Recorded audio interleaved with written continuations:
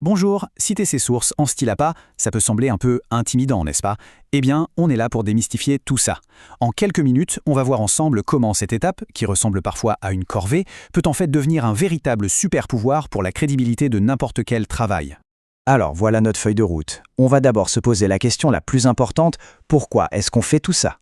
Ensuite, on va assembler les pièces du puzzle, les deux grandes façons de citer dans un texte, comment gérer les cas un peu plus tordus, et pour finir, comment construire une liste de références impeccable sans s'arracher les cheveux. Allez, on y va! Bon, on commence par les fondations. Avant même de parler des règles, des points, des virgules, il faut comprendre l'esprit de la chose. Citer ses sources, ce n'est vraiment pas juste une formalité. Non, c'est la colonne vertébrale de l'écriture académique, ce qui donne du poids et de la solidité à une argumentation. Alors, la grande question, pourquoi s'embêter à mettre ces petites indications partout? En fait, il faut imaginer une citation dans le texte comme un petit panneau de signalisation. Ça indique à la personne qui lit d'où vient une idée. Ça lui permet de vérifier, de creuser plus loin, et surtout, c'est une manière de rendre hommage au travail des chercheurs qui nous ont précédés.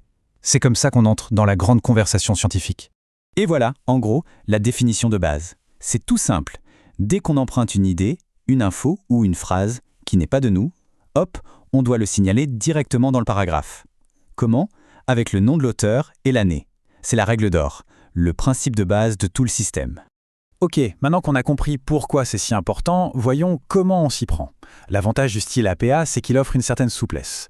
Il y a deux grandes méthodes pour intégrer ces sources, et le choix dépend de ce qu'on veut mettre en avant. Est-ce que c'est la personne qui parle ou l'idée elle-même? Regardons ça de plus près. Voici la distinction clé. D'un côté, la citation narrative. Là, l'auteur devient un personnage dans notre phrase. Par exemple, Clove, 2019, a découvert que. On met vraiment l'accent sur le chercheur. De l'autre côté, la citation entre parenthèses. Ici, c'est l'idée qui est la star. La source vient juste en appui à la fin plus discrètement. Allez, on monte d'un niveau. Parlons de précision. C'est absolument crucial, surtout quand on reprend les mots exacts de quelqu'un ou quand plusieurs personnes ont signé une publication. Les détails font toute la différence. C'est un cas de figure hyper courant. On tombe sur une phrase parfaite et on veut la reprendre mot pour mot. Attention, dans ce cas, il ne suffit pas juste de donner le nom et l'année. Il manque une petite information essentielle pour être totalement transparent et rigoureux. Et cette information cruciale, la voici, c'est le numéro de la page. En ajoutant P12, on donne l'adresse exacte de la citation. Comme ça, n'importe qui peut retrouver la phrase dans le document original. C'est vraiment la marque d'un travail soigné.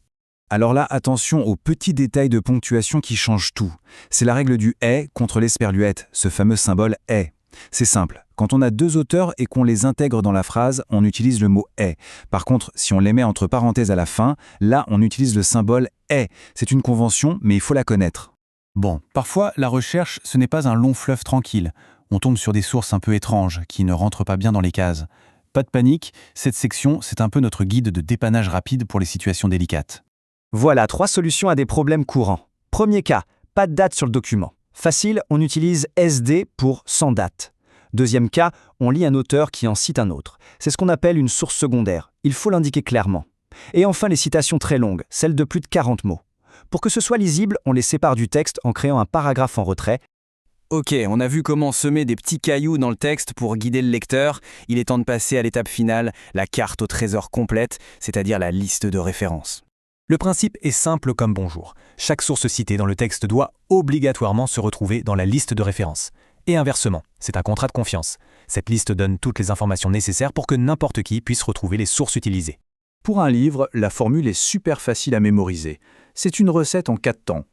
Qui, quand, quoi, où.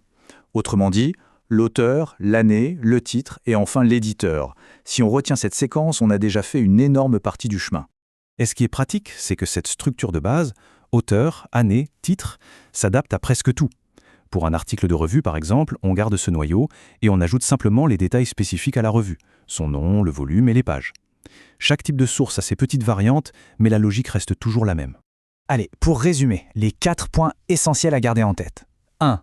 Le choix entre narrative et parenthèse, c'est une question de style et d'intention. 2. Le petit détail qui fait pro, la différence entre est et ante. 3. Pour une citation directe, on n'oublie jamais le numéro de page. Et 4. La liste de références doit être le miroir parfait des sources citées.